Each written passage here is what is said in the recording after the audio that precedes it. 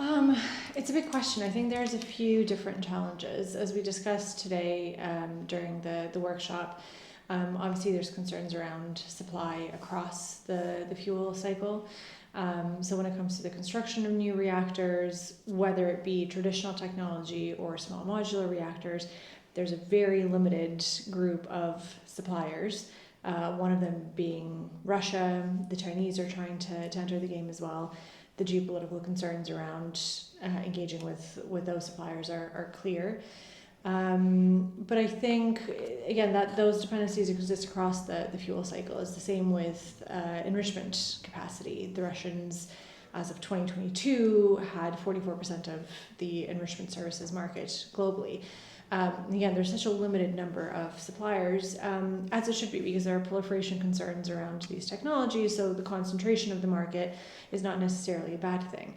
But what we run into is where there's a lack of diversification in Western economies, and when we run into issues, geopolitical issues with the Russians, or potentially looking down the line if there are similar challenges with China in the future, if we tie ourselves and create too much of a dependency on those supplies, then it both creates concerns over security of supply and what that means for energy security, but also decreases our leverage when it comes to political levers, right? If we can't pull away from certain parts of the Russian economy, does that limit the political and the economic levers that we have to influence Russia on other geopolitical issues?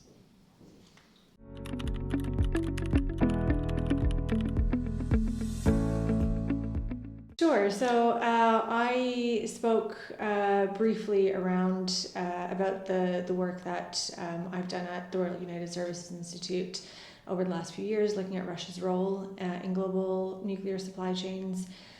Primarily, my focus has been on enriched uranium supply and Russia's role within that. I was quite surprised when I first started doing research in the space by the volumes of and the value of imports of Russian enriched uranium into European countries, into the United States, including post-February 2022. These are countries that say they support Ukraine, and yet they're importing from Russia and from a supplier that is so strategically important for Russia, not just in the nuclear sector, but more broadly. So that quite surprised me. So I've spent the last few years looking at Russia's role in that. So today I walked through what some of those, whether you want to call them dependencies or just a massive presence in the market, walked through what those look like. And again, persistent dependencies in Europe and the US. There are some efforts to move away, but they're slow for a number of reasons.